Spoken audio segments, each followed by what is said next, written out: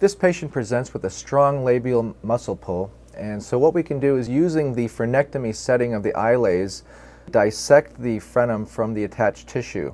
We can do this either with a strong topical anesthetic, or for your first several cases, probably a local anesthetic, but only use a few drops of local anesthetic, because if you use even as much as a quarter of a carpule, you'll end up distending the tissue and not being able to see the extent of the muscle attachment.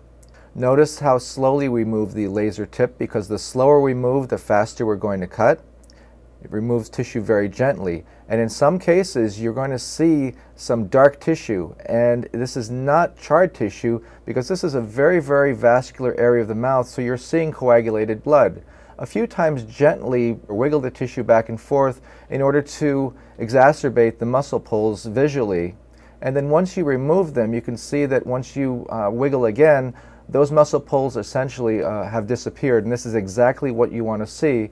I think in general you'll need to go a little more laterally than you really anticipate that you're going to have to.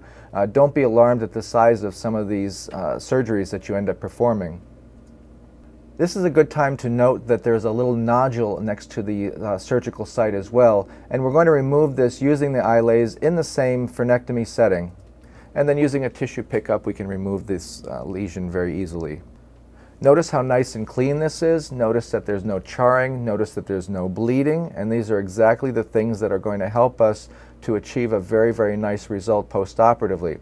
And speaking of postoperatively, patients are generally advised to not be real careful with their surgical sites. The rationale behind this is that the more aggressive the patient is with their fingers or their tongue in the surgical site, the less likely the tissue is to reattach postoperatively.